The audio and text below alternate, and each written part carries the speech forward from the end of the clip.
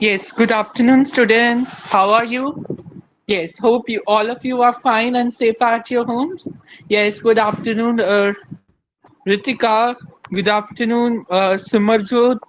All of you are good afternoon. So we are adhere towards the revision of the chapters ionic equilibrium. ठीक है, तो ionic equilibrium में हमने पहले चीज क्या पढ़नी है. पहले हमने देखो हमारा टॉपिक है effects of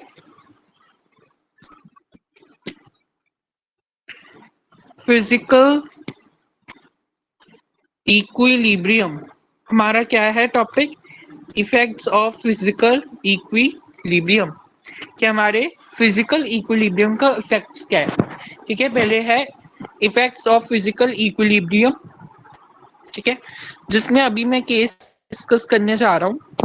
so let's discuss here about the case one.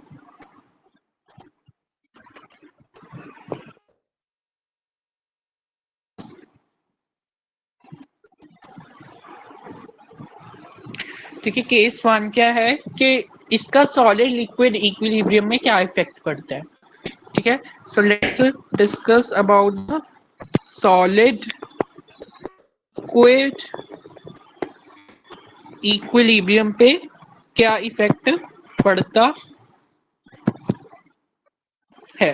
ठीक है, कि सॉलिड लिक्विड इक्विलिब्रियम पे इसका क्या इफेक्ट पड़ता है. So let's discuss about it. So let's suppose अब देखो जब हम वाटर है जो हमारा सॉलिड स्टेट में है, हमें उस वाटर को लिक्विड स्टेट में कन्वर्ट करना है. So we need some energy and वो एनर्जी है, this energy is endothermic in nature. ये एंडोथर्मिक है नेचर में. अगर अगर मैं बात करूं कि टेम्परेचर इंक्रीज होगा तो इक्विलिब्रियम कांस्टेंट पे क्या इफेक्ट करेगा या सिस्टम पे क्या इफेक्ट पड़ेगा. देखो हमें पता है डेंसिटी ऑफ आइस ज्यादा होती है कि density of water. Obviously, it's density of water because density of ice is like a cage-like structure. So density of water ज्यादा होती है उस केस में. तो इसका मतलब जो इक्विलिब्रियम है वो हमारा यस फॉरवर्ड मूव करेगा. ठीक है, इक्विलिब्रियम हमारा किधर मूव करेगा, फॉरवर्ड मूव करेगा. ठीक है, तो जब इक्विलिब्रियम मूव करता है तब क्या क्या हम चीजों के बारे में डिस्कस करेंगे. पहली बात, जब हम बोलते हैं कि जो सिस्टम है वो किसी ज्यादा डेंसिटी वाली चीज की तरफ मूव कर रही है तो उस वक्त प्रेशर इंक्रीज होता है. ठीक है, तो उस वक्त क्या होता है, उस वक्त हमारा जो प्रेशर है वो इंक्रीज होता है. कि जब हम ज्यादा डेंसिटी वाली चीज के पास में जाए तो प्रेशर क्या होगा, इंक्रीज होगा. ऑल्सो ऑल्सो एनर्जी रिक्वायर्ड है ताकि हम सॉलिड को लिक्विड में कन्वर्ट करते. मतलब टेम्परेचर को इंक्रीज किया, टेम्परेचर को इंक्रीज किया फिर भी इक्विलिब्रियम फॉरवर्ड मूव कर रहा है. तो टेम्परेचर को इंक्रीज करने वक्त भी इक्विलिब्रियम फॉरवर्ड मूव कर रहा है. समझ आ गया. So this is case one. I hope it's now clear to everyone, है ना. तो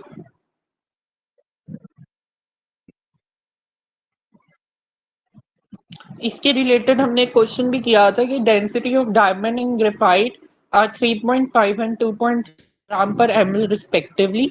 तो increase of pressure on the equilibrium carbon diamond equilibrium with carbon graphite, तो उस वक्त वो बैकवर्ड मूव कर equilibrium. This we have discussed.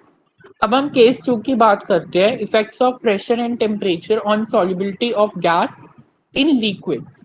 And 12th class में solubility of gas in liquids first chapter solutions में हम हेनरीज लॉ के बारे में बात करते हैं.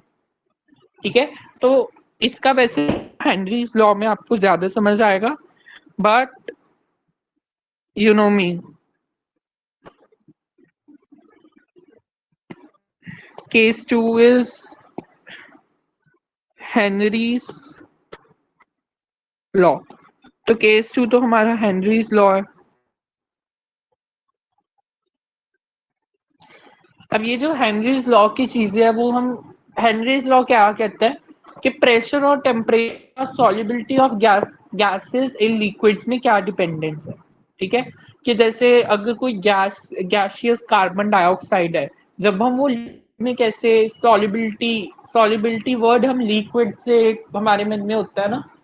और जैसे हमारी कोल्ड ड्रिंक्स हो गए, cold drink very good example I think कि cold drinks is very good example कि कोल्ड ड्रिंक्स में कार्बोनेटेड कार्बन डाइऑक्साइड होता है विच इज सॉल्ट, है ना।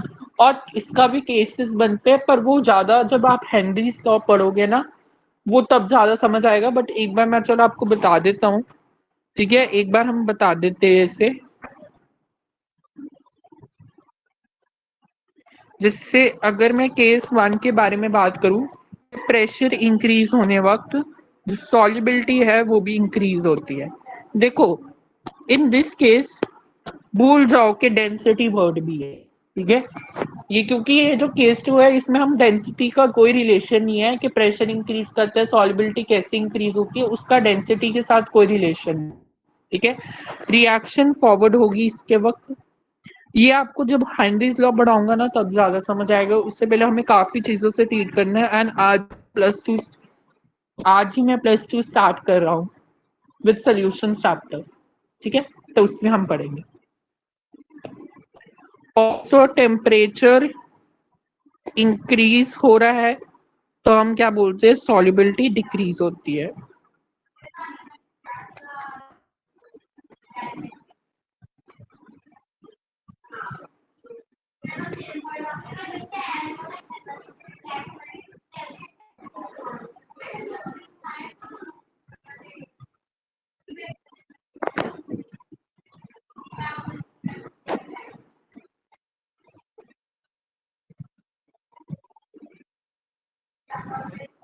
एक मिनट,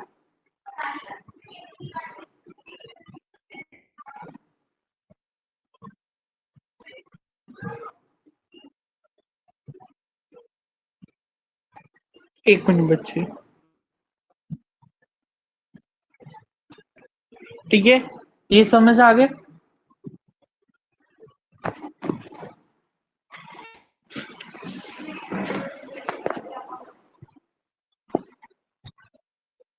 अब हम वेपर डेंसिटी एंड अल्फा के बारे में बात करेंगे।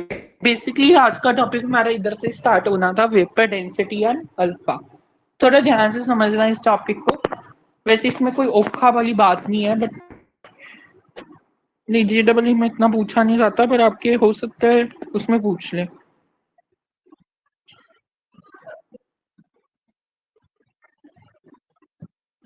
अब हम बच्चे बात करेंगे vapour density.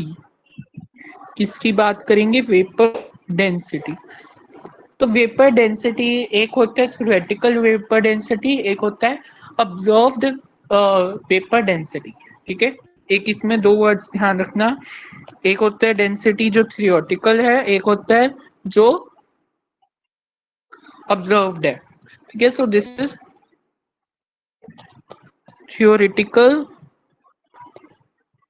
theoretical and this is observed। ठीक है, this is theoretical and this is observed। अगर मैं अल्फा को du dt एंड n में एक्सप्रेस चाहूँ तो कैसे करेंगे। उससे पहले आपको एक चीज ध्यान रखनी है कि जो वेपर डेंसिटी है it is molar mass upon 2। इसका फॉर्मूला होता है vapour density is molar mass divided by 2 और average of molar mass you can say. ठीक है, फॉर एन एग्जांपल, अगर मेरे पास A है, it is equilibrium with NB। तो पहला केस है, लेट्स सपोज हमारे पास टाइम इंस्टेंट 0 में कोई 1 मोल प्रेजेंट है और इधर कोई मोल्स प्रेजेंट नहीं है। Time is equal to equilibrium में कितने मोल्स प्रेजेंट होंगे, इस 1 मोल में से कोई अल्फा जाएंगे एंड इधर कोई n अल्फा मोल्स प्रोड्यूस होंगे। ठीक है, और इन चीजों से हमें टोटल मोल्स के बारे में भी पता चल रहा है कि टोटल मोल्स हमारे पास कितने होंगे। यस, बोलो टोटल मोल्स कितने होंगे, चार्ट्स में लिखो अपने लैपटॉप में। Yes, very good, it's 1 + n - 1 into alpha. समझ आ गया? समझ आ गया भैया? मतलब वी आर डिस्कसिंग कि मेरे पास वेपर डेंसिटी और अल्फा क्या क्या रिलेशन है। जो डेंसिटी होती है एक उसमें थियोरेटिकल होती है, एक ऑब्जर्व्ड होती है। ठीक है, मैंने एक केस मान लिया जिसमें मेरे पास ए है, वो इक्विलिब्रियम है एनबी में। ए बेसिकली रिएक्ट हो रहा है एंड कोई बी प्रोडक्ट कुछ क्वांटिटी में बना रहा है। मैंने टाइम इंस्टेंट ले लिया जिसमें मैंने कोई एक मोल मान लिया और टाइम इज इक्वल इक्विलिब्रियम पे मैंने वन में से कुछ अल्फा मोल्स मैंने हटा लिए एंड कुछ अन अल्फा मोल्स प्रोड्यूस हुए। ठीक है, कंजर्वेशन ऑफ मास हम क्या कहेंगे? तो टोटल मोल्स भी आपको पता लग गया।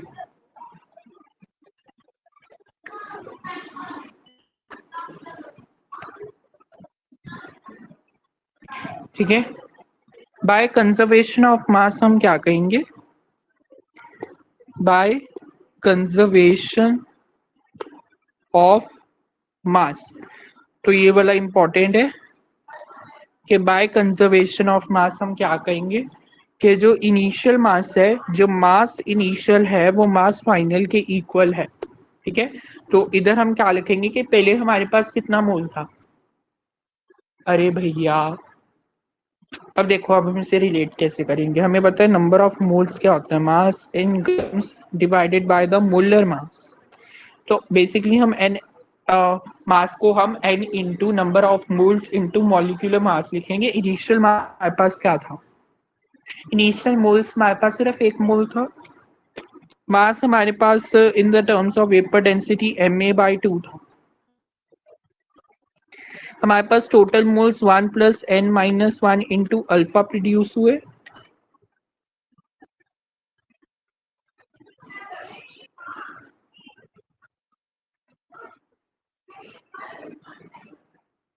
और ये बनेगा m ऑब्जर्व बाई 2। समझ गए?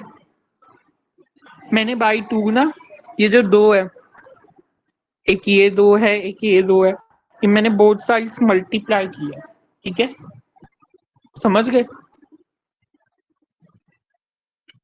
समझ गए बच्चे?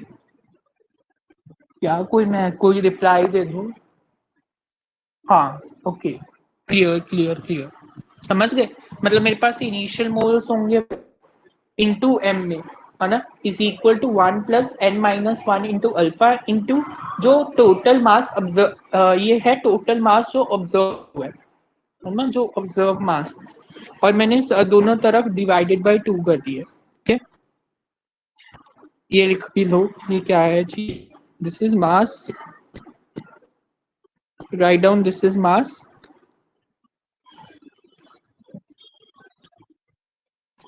This is mass observe. ठीक है,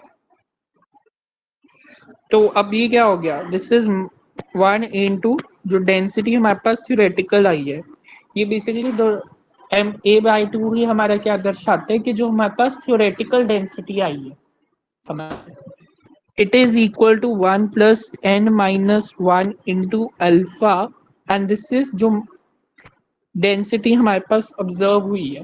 ठीक है, समझ आ गया? तो ये फॉर्मूला बेसिकली आपको रिमेम्बर करना है। ठीक है, दिस इज इम्पोर्टेंट। समझ आ गया बच्चे? समझ आ गया? चलो, इसके बेसिस पे क्वेश्चन भी कर लेते हैं। एक क्वेश्चन कर लेते हैं।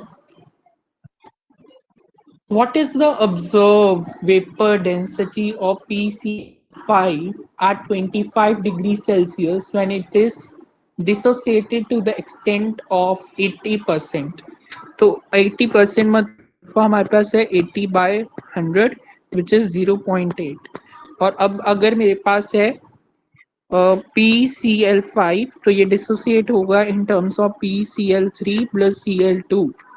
इनिशियल मेरे पास टाइम इज इक्वल टू 0 पे 1 मोल मान लो, और इधर कोई कोई नहीं है। तो अब हम बात करेंगे, एक मिनट में पेज ऐड ही कर लूँ। ठीक है, और अब मैं बात कर लेता हूँ time is equal to equilibrium पे। Time is equal to equilibrium पे मेरे पास कितने मोल्स है, इस एक में से अल्फा हटा लो, ये इधर alpha and alpha moles reduce होंगे। ठीक है, अब हमें बोल रहा है कि अल्फा की वैल्यू 0.8, तो ये हमारे पास होगा 1.0.1 माइनस 0.8, 0.8 एंड 0.8, तो ये हमारे पास हो गया 0.2, 0.8, 0.8। तो अब हमारे पास है what is the observed vapor density of PCl5 at 25 degree Celsius, के 25 डिग्री सेल्सियस पे हमारे पास ऑब्जर्व वेपर डेंसिटी क्या होगी। तो होता क्या है, 1 इंटू, अगर मैं करूं टोटल मास को m ले लूं ना, तो हमारे पास आएगा क्या formula, 1 into mass is equal to 1 into mass is equal number of moles into the mass is equal to 0.2 plus 0.8 plus 0.8 16 18। ठीक है, तो ये आ गया 1.8 इंटू जो मास हमारे पास, मास जो हमारा जो ऑब्जर्व है। ठीक है, तो ये हमारा क्या आएगा, तो इससे हमारा जो मास ऑब्जर्व है वो कितना आएगा, दैट इज मास अपॉन 1.8। समझ आ गया आएगा। इससे हमारे पास वेपर डेंसिटी कितनी बनती है, इससे हमारे पास बनता है which is M average upon 2, तो हमारे पास इससे बनता है m by 3.6। I hope this is clear. ये क्वेश्चन क्लियर है सबको बच्चे, clear clear, yes sir yes sir yes. समझ रहे हो, मतलब हमारे पास एक इंस्टेंट है जिसमें मेरे पास PCl5 है, वो कोई Cl3 प्लस Cl2 बना रहे, मेरे पास इनिशियली 1 मोल है, 1 में से कोई अल्फा मोल डिसोसिएट हुए एंड अल्फा मोल्स प्रोड्यूस हुए, एक 0.2 आ रहा है, एक में 0.8 आ रहा है, एक में 0.8 आ रहा है। Initial mass is equal to final mass, 1 into mass is equal to 0.2 plus 0.8 into m average. So mass is equal to 1.8 into m average. So m average is equal to mass upon 1.8। तो हमारे पास vapour density आ गई। समझ आ गया। अब बच्चे, अब बहुत इंपॉर्टेंट है, अब से आयनिक इक्विलिब्रियम स्टार्ट। तो अब हम डिस्कस करने वाले हैं about ionic equilibrium finally. Ionic equilibrium, ठीक है, अब से हम आयनिक इक्विलिब्रियम को अच्छी तरह डिस्कस कर रहे हैं। अब आयनिक इक्विलिब्रियम क्या होता है, आयनिक मतलब आयंस, इक्विलिब्रियम मतलब जब इक्विलिब्रियम ऑफ आयंस हो।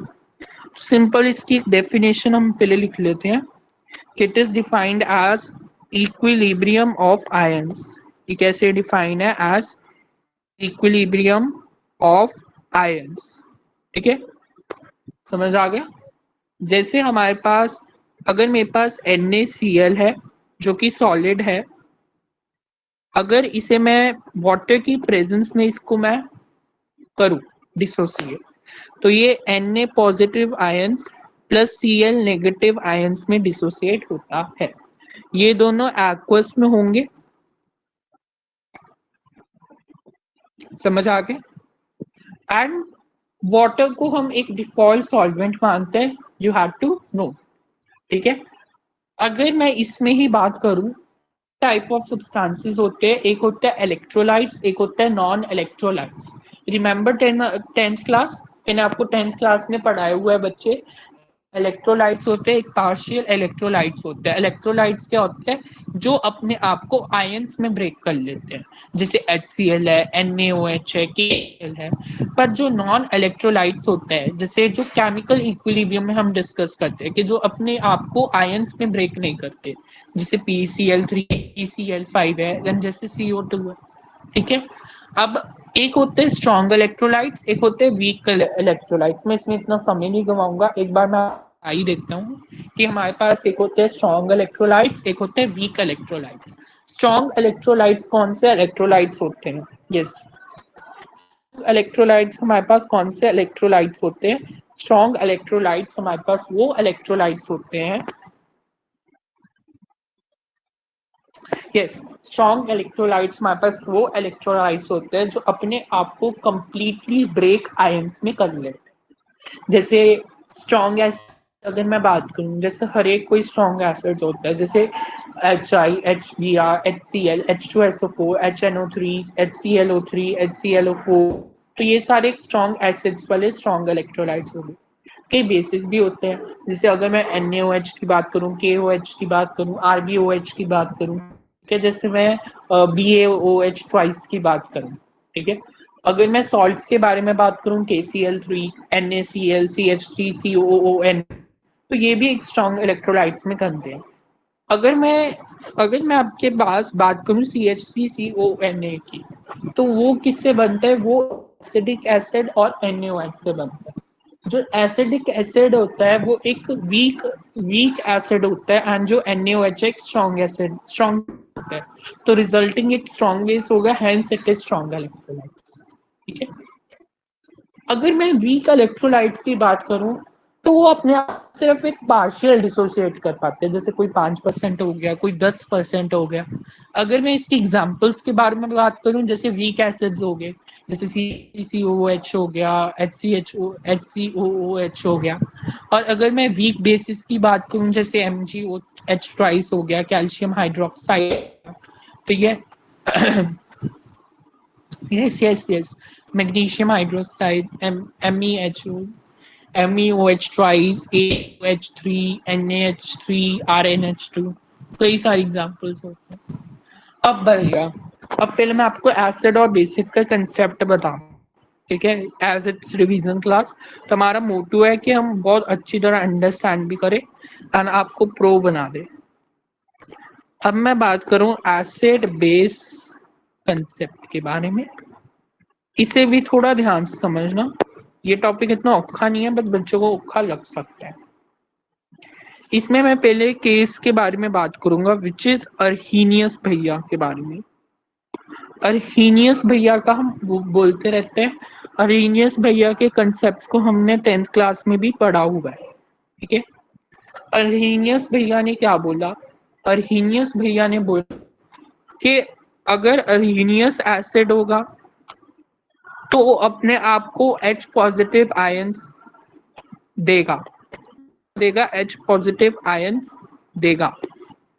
साथ में जैसे मेरे पास अगर HCl है, मेरे पास क्या है, मेरे पास HCl है, तो वो H positive ions plus Cl negative ions provide करता है।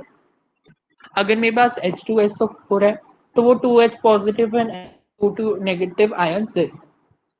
एक होता है अर्हीनियस बेस। अर्हीनियस बेस क्या होता है?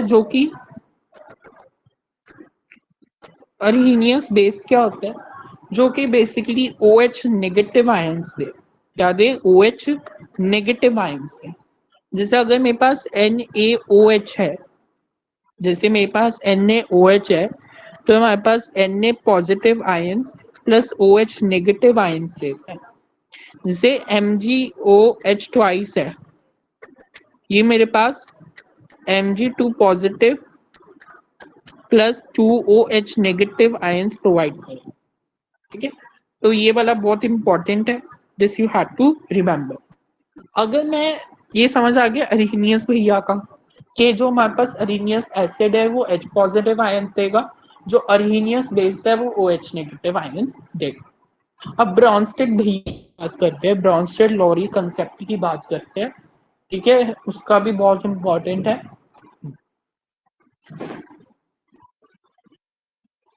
नेक्स्ट लिखो अबाउट ब्रॉन्स्टेड भैया। तो अगर मैं ब्रॉन्स्टेड लॉरी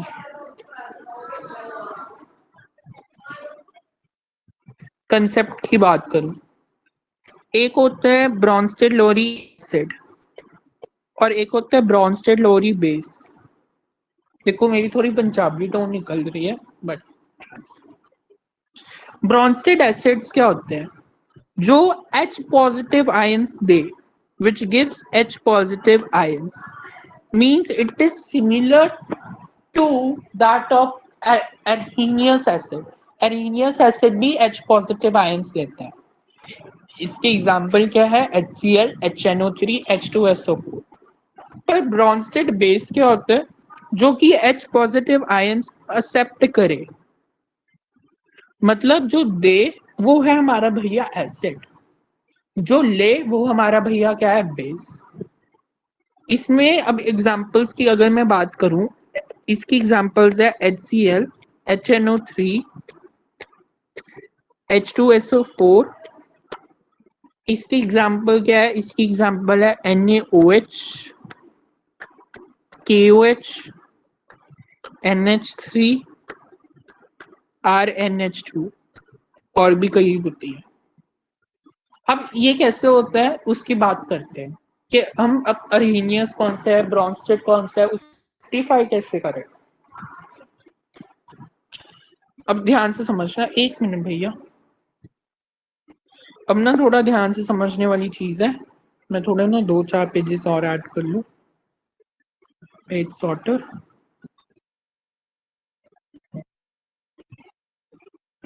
अब मैं एक दो एग्जांपल्स के बारे में बात करना चाहता हूँ, बड़ी ध्यान से समझना, ठीक है।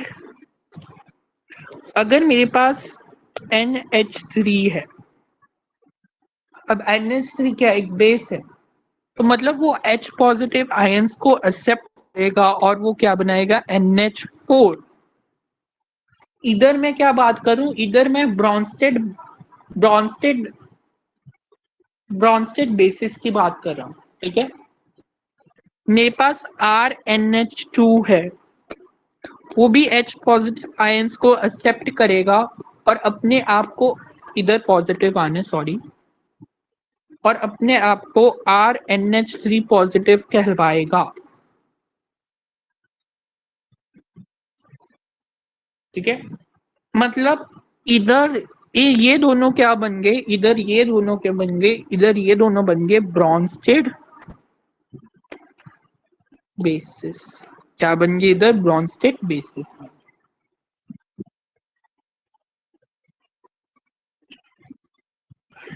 अगर मेरे पास NaOH है, वो हमें क्या देगा, Na positive plus OH negative ions.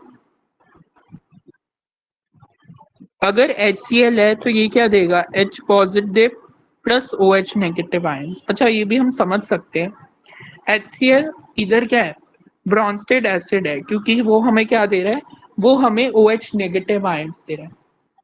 पर जब ये H positive and OH negative ions बनते हैं तो ये वाटर बनता है, एंड ये Na एंड जो Na और जो बाकी हमारे पास, अच्छा इधर Cl नेगेटिव आना है, जो Na और Cl नेगेटिव है वो आपस में NaCl बना होता है, ठीक है। इसमें भैया दो चीजों का नाम आता है, एक होता है कॉन्जुगेट एसिड, एक होता है कॉन्जुगेट बेस। कॉन्जुगेट एसिड क्या होता है, जो कि बेस, कॉन्जुगेट एसिड क्या होता है, जो कि ब्रॉन्स्टेड बेस होता है, मतलब जो कि H पॉजिटिव आयंस को एक्सेप्ट करे। कॉन्जुगेट बेस क्या होगा, एसिड होता है, मतलब जो H पॉजिटिव आयंस थे। समझ आ गया। फॉर एन इंस्टेंस, एग्जाम्पल्स के थ्रू अगर मैं समझाना चाहूँ आपको, अगर मेरे पास है water, if I having a water, तो जो वाटर है वो इक्विलिब्रियम में होता है, वो माइनस H पॉजिटिव आयंस को और ये प्लस H पॉजिटिव आयंस है। मतलब वाटर में से जब मैंने H पॉजिटिव आयंस को निकाल दी, ये OH नेगेटिव आयंस बनते हैं। और जब हम कह रहे हैं, अब ध्यान से समझना, अगर मैं फॉर रिएक्शन को फॉरवर्ड में चलता हूँ तो H पॉजिटिव आयंस निकलते हैं, मतलब निकलना मतलब देना। अगर जो देता है वो कौन है, एसिड है। तो OH नेगेटिव आयन जो फॉर्म हुआ है वो क्या बन रहा है, कॉन्जुगेट बेस बन रहा है, किसका, वाटर का। It is conjugate base of water. मतलब ये क्या है, it's conjugate base of water. अगर मैं इस वाटर की बात करूं, वाटर OH नेगेटिव वही जब वो बैकवर्ड जा रहा है वही H पॉजिटिव आयंस को एक्सेप्ट कर रहा है और पानी बना रहा है। जो एक्सेप्ट करता है वो है बेस, मतलब वो मतलब अब क्या है, conjugate acid of that OH negative ion. समझ गए? So it is now conjugate acid of OH negative ion। समझ गए? ये हमारा है फर्स्ट एग्जाम्पल। अब अगर मैं सेकेंड एग्जाम्पल की बात करूं, मेरे पास HNO3 है, उसमें से मैंने H पॉजिटिव आयंस निकाल दिए, तो ये मेरे पास NO3 नेगेटिव आयंस बना रहे हैं। जब रिएक्शन फॉरवर्ड थी तब ये बना रहे कॉन्जुगेट बेस, क्योंकि ये अपने H पॉजिटिव आयंस दे रहा है, तो ये बना रहे it is conjugate base of HNO3। पर जब NO3 नेगेटिव आयन जब वही H पॉजिटिव आयंस को एक्सेप्ट कर रहा है, तो ये क्या बनेगा, ये बनेगा conjugate acid of that NO3 negative.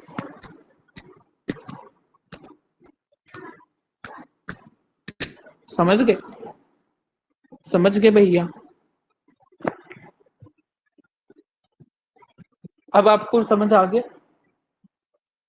मतलब जिसमें से H पॉजिटिव आयंस रिमूव हुए तो वो क्या है, वो कॉन्जुगेट बेस है।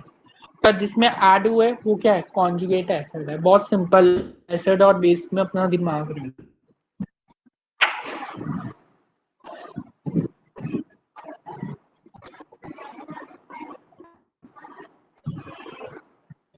अच्छा ये बोला, मैं एक फिगर दिखा रहा हूँ।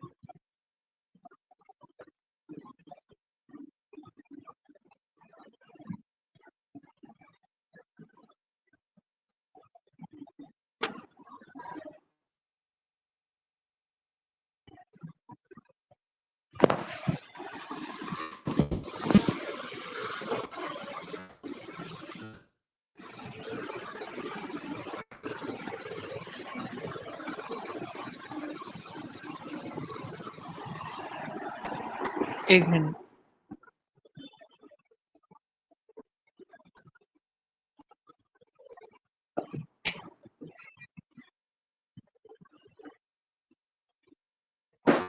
तो भी आपको दिख गया, इमेज दिख गई?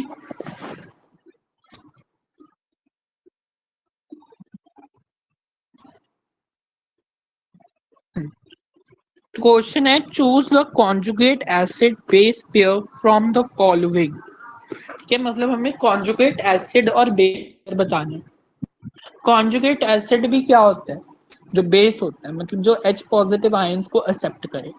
तो पहला क्या HF है और F negative, it is true. ठीक है, सेकेंड भी ठीक है, H2SO4 H पॉजिटिव आयंस है, और जो HSO4 नेगेटिव है वो एक, ठीक है। बेस समझ गए ना? बेस जो एस जो है, जिसके पास इच्छुक हो कि वो आयंस को ले अंटी द,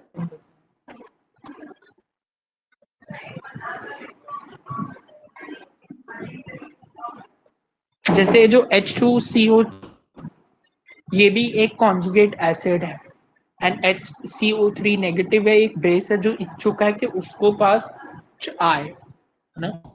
सिमिलरली CH3COOH भी है एंड ये भी है, ठीक है। HCl भी है, ये भी है। अब अगर मैं इसकी बात करूं, क्यों नहीं है, जो H2CO3 है, अगर मैं इसमें से 2H पॉजिटिव आयंस निकाल दूं तो ये बनता है CO3 2 नेगेटिव। समझ गए? और अगर वो ही 2H पॉजिटिव आयंस में से दे दूं तो ये क्या बनता है, एक मिनट, अगर वो ही 2H पॉजिटिव आयंस दे दूं तो ये फिर से वापस H2CO3, समझ गए। अब जिसमें से आयंस को निकाल दिया, ये चीज बन गई भाई कॉन्जुगेट, बन गया कॉन्जुगेट एसिड बन गया। कॉन्जुगेट क्या बन गया, बेस बन गया। क्या बन गया, कॉन्जुगेट बेस बन गया। क्या बन गया, कॉन्जुगेट बेस बन गया। और ये चीज क्या बन गई, ये बन गई कॉन्जुगेट एसिड बन गई। तो आप मुझे खुद ही बताओ, क्या कॉन्जुगेट बेस तो एक एसिड होगा, तो CO3 नेगेटिव कैसे एक बेस हो सकता है? तो that's why it's option is one. समझ आ गया। Conjugate acid is true, but conjugate base हमारा ये एसिड बन रहा है। इस इधर अगर हमारे पास CO3 नेगेटिव की जगह HCO3 नेगेटिव आता, देन इट इज ट्रू। ठीक है, समझ आ गया।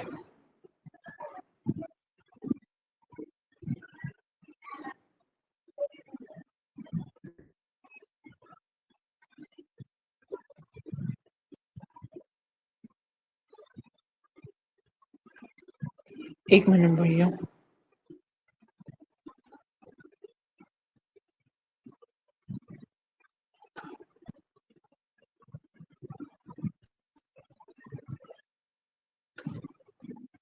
समझ आ गया। अब वही अगला एग्जांपल, ठीक है, मेरे पास HCO3 है एंड वो CO3 नेगेटिव आयंस प्रोड्यूस कर रहा है, दैट इज ट्रू। कैसे, अगर ये HCO3 नेगेटिव है और अगर इसमें से मैं H पॉजिटिव आयंस इसे दूं तो ये बनता है H2CO3।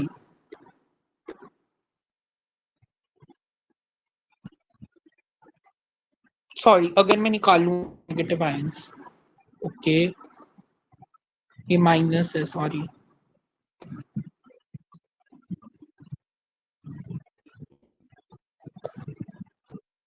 ये हमारे पास, अगर मैं इसमें से H नेगेटिव आयंस निकाल लूं और अगर मैं H पॉजिटिव आयंस दूं तो ये है CO3 नेगेटिव।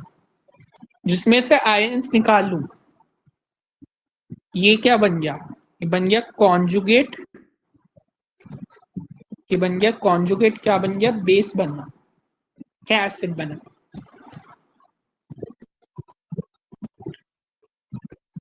कॉन्जुगेट बेस बन गया। मतलब ये एक एसिड है और ये बन गया एक कॉन्जुगेट एसिड।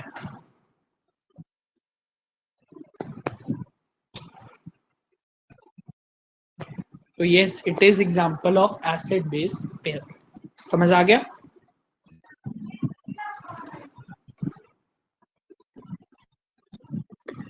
एक मिनट भैया।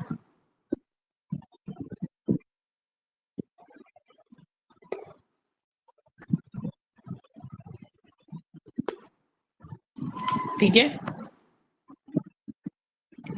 ठीक है भैया। अब ये नेक्स्ट भी इसके नेक्स्ट वाला अगर मैं बात करूं कि H2S एंड H2 नेगेटिव क्यों नहीं है, थोड़ा इसे ध्यान से समझना। देखो, जब भी मैं बात करूंगा H2S की, इसमें से अगर मैं इसमें से H नेगेटिव आयंस निकाल लूं तो ये बनता है HS नेगेटिव। समझ गए। या चलो अगर मैं दो आयंस निकाल दूं तो ये H2 नेगेटिव बनेगा। एक मिनट, बनेगा H2 नेगेटिव। ठीक है, मतलब जिसमें से आयंस निकले, ये बन गया हमारा कॉन्जुगेट बेस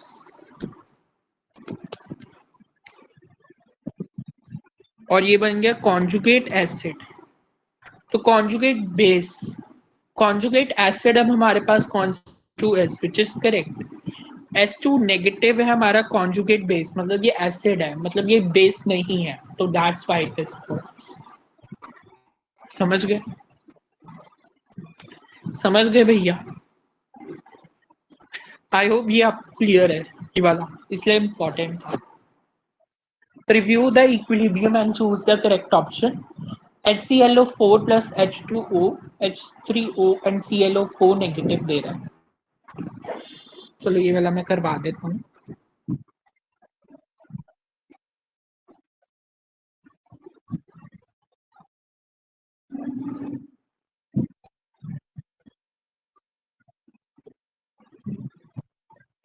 अब अगर मेरे पास है, एक minute, HClO4 plus water giving you H3O positive ions plus ClO4 negative ions.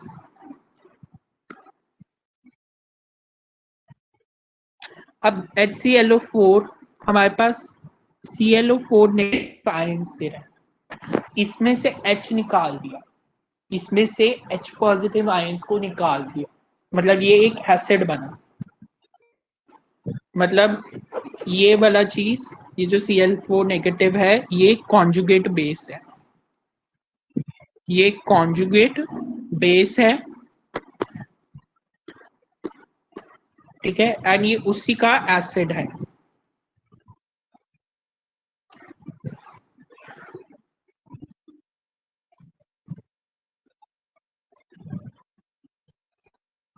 ClO4 negative is the conjugate base of HClO4। समझ गए? वाटर में से H पॉजिटिव आयंस गए, तो ये इसका क्या बन गया, ये इसका कॉन्जुगेट एसिड बन गया। So here H3O positive is the conjugate base of the water. समझ आ गया? समझ आ गया? बस इसमें ये पूछा था। अब अगर मैं नेक्स्ट क्वेश्चन की तरफ बढ़ूं, नेक्स्ट क्वेश्चन है conjugate acid of HNH2 negative. Conjugate acid मतलब इसमें एक H पॉजिटिव आयन दे दो तो वो क्या होगा, NH3। डन? या IIT 1985 का क्वेश्चन है बाय द वे।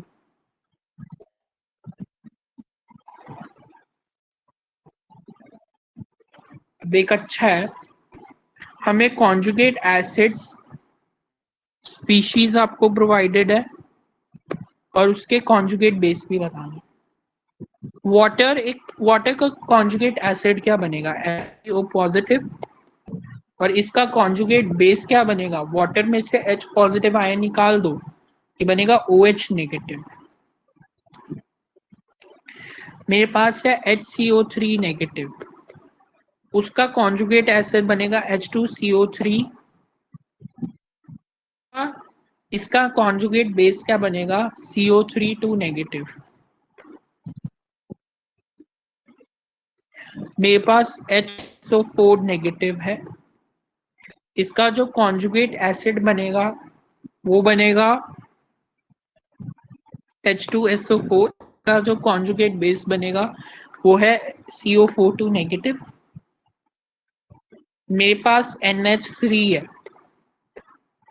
का जो कॉन्जुगेट बेस बनेगा ये क्या है, conjugate acid NH3 NH4, yes positive. मतलब सबका आ गया, ये क्लियर है। एंड ये NH2 negative. 1 minute, I hope now it's clear. ठीक है, इससे मतलब आपको अब अच्छी तरह समझ आ गया है कॉन्जुगेट एसिड का टॉपिक। मैं बहुत स्लो जा रहा हूँ।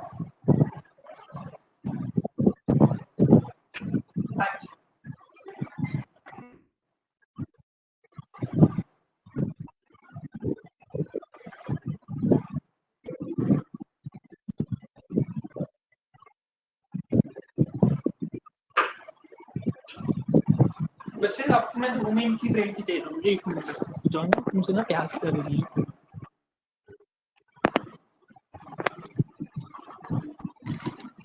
टिल देन थोड़ा रिवाइज करो जो आपके नोटबुक्स में आपको लिखवाया। नोट्स डोंट वरी आपको मिल जाएंगे, या मैं आपको स्लाइड शो की तरह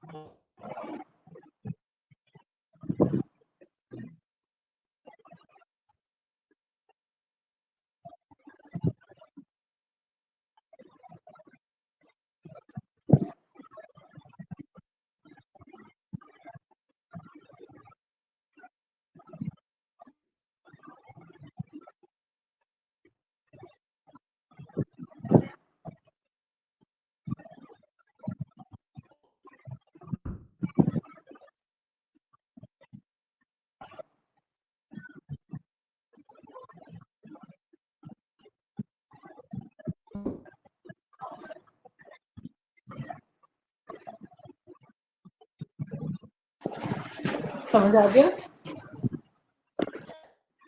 अरे वाह, चलो अब हम भैया सबसे important conjugate acid and base तो चलो सबको पता ही होता है, पर जिसमें फ्यूजन आएगी Lewis acid and Lewis base से मिल।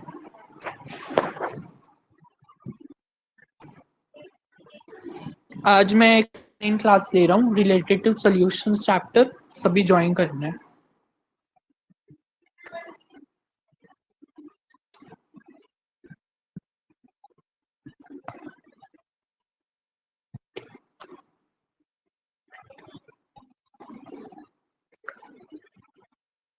Lewis acid and Lewis base की बात करते हैं।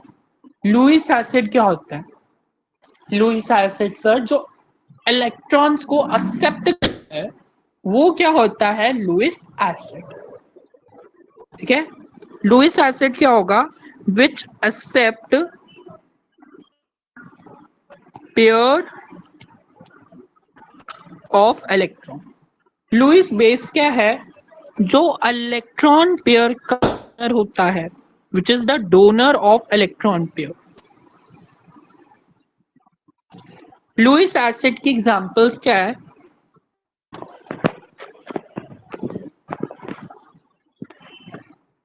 जैसे BX3, BF3, सॉरी BX3 में BF3, BCl3, DBr3, BR3 example, AlCl3, AlBr3 and AI3। इसका एक एक्सेप्शन होता है, उस एक्सेप्शन को भी हम ध्यान में रखेंगे। इसका एक्सेप्शन होता है, जो नहीं होता वो है AlF3। ये क्यों नहीं होता, ये मैं 12th में समझ आएगा। And also SnCl4। तो ये हमारे पास कुछ एग्जाम्पल्स है लुईस एसिड के। लुईस एसिड क्या होता है? इलेक्ट्रॉन पेयर को एक्सेप्ट करता है।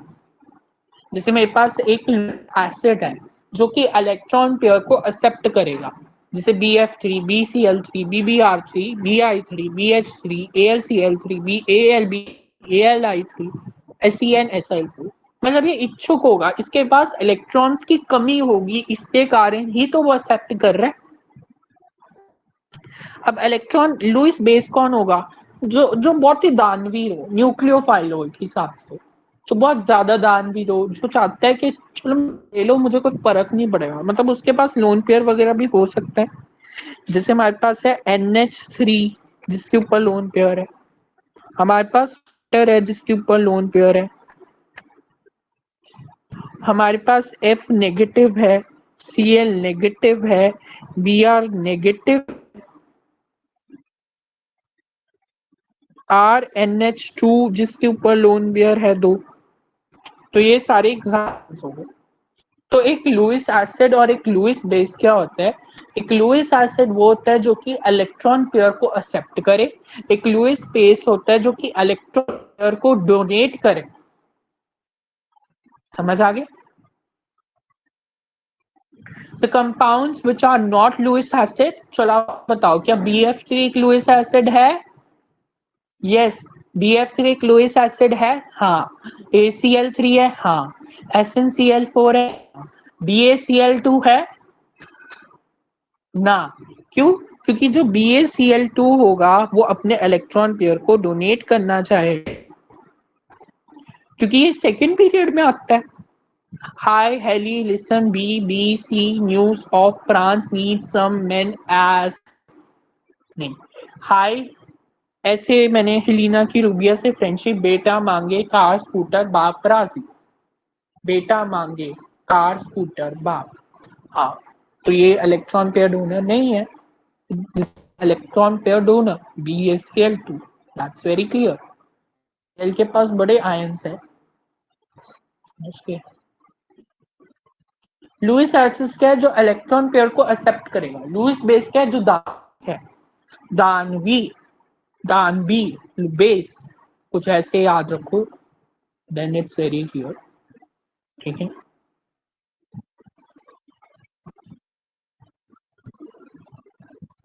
बाकी होमवर्क क्वेश्चंस मैं आपको जरूर दूंगा। समझ आ गया? आज का लेक्चर आप सबको समझ आया? कोई डाउट आज के लेक्चर में आप मुझसे पूछ सकते हो। सर नोट्स भेजना, नोट्स तो I will provide with you. समझ आ गया? हाँ जी, समझ आ गया सबको? How's the lecture? आज मैं एक offline class by the way, जिसमें we are covering the entire lectures. समझ आ गया? अच्छा, अब हम लाइव स्ट्रीम इसमें भी कर सकते हैं, चलो ये अच्छा है। मोबाइल में live stream is very good.